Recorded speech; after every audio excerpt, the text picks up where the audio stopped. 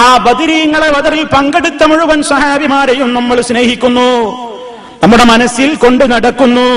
അവര് നമ്മുടെ നേതാക്കളാണ്, അവര് നമ്മുടെ നായകന്മാരാണ്. അള്ളാന്റെ മാർഗത്തിലേക്ക് പോരാടാൻ മുന്നോട്ട് വന്നിട്ടുള്ള സർവ്വ നേതാക്കളും നമ്മുടെ നേതാക്കൾ തന്നെയാണ്. അവരോടുള്ള സ്നേഹം നമ്മുടെ ഈമാനിന്റെ ഭാഗമാണ്. അള്ള സ്നേഹിച്ചവരെ സ്നേഹിക്കൽ നിർബന്ധമാണ്, അള്ള ബഹുമാനിച്ചവരെ ബഹുമാനിക്കൽ നിർബന്ധമാണ്. അള്ളാഹുവിന്റെ റസൂലും അതുപോലെ തന്നെ റസൂൽ സല്ലല്ലാഹു അലൈഹി വസല്ലമിന്റെ സ്വഹാബത്തിനെയും അള്ള തൃപ്തിപ്പെട്ടവരാണ്. വസാബിഖൂനൽ അവ്വലൂന മിനൽ മുഹാജിരീന വൽ അൻസാർ വല്ലദീന തബഊഹും ബിഇഹ്സാൻ റളിയല്ലാഹു അൻഹും വറദൂ അൻഹു. അതാ അല്ലാഹു സുബ്ഹാനഹു വ തആല പറയുന്നു, ആ ആദർശ രംഗത്തേക്ക് മുൻകടന്നു വന്ന മുഹാജിറുകളും അൻസാറുകളും ഒക്കെയായ ആളുകൾ അല്ലാഹ് അവരെ തൃപ്തിപ്പെട്ടിരിക്കുന്നു, അവര് അല്ലാഹനെയും തൃപ്തിപ്പെട്ടിരിക്കുന്നു.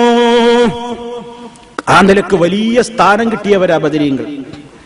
ഇഅ്മലൂ മാ ശിഅ്തും. അല്ലാഹുവിന്റെ റസൂൽ സല്ലല്ലാഹു അലൈഹി വസല്ലം ബദറിൽ പങ്കെടുത്ത സഹാബത്തിനെ നോക്കിക്കൊണ്ട് പറഞ്ഞു, അല്ലാഹ് നിങ്ങൾക്ക് എല്ലാം പുറത്തു തന്നിരിക്കുന്നു, നിങ്ങൾ ഭയപ്പെടേണ്ടതില്ല. അത്ര വലിയ സൗഭാഗ്യം കിട്ടിയ നേതാക്കളാണ് ബദരീങ്ങൾ. ആ ബദരീങ്ങളെ ഞാൻ സ്നേഹിക്കില്ല എന്നൊരാൾ പറഞ്ഞാൽ അവൻ മുസ്ലിമാകുമോ? പ്രിയപ്പെട്ടവരെ, ആവില്ല. അതുകൊണ്ട് ഇന്നത്തെ ദിവസം ഇതാ ബദർ യുദ്ധം നടന്ന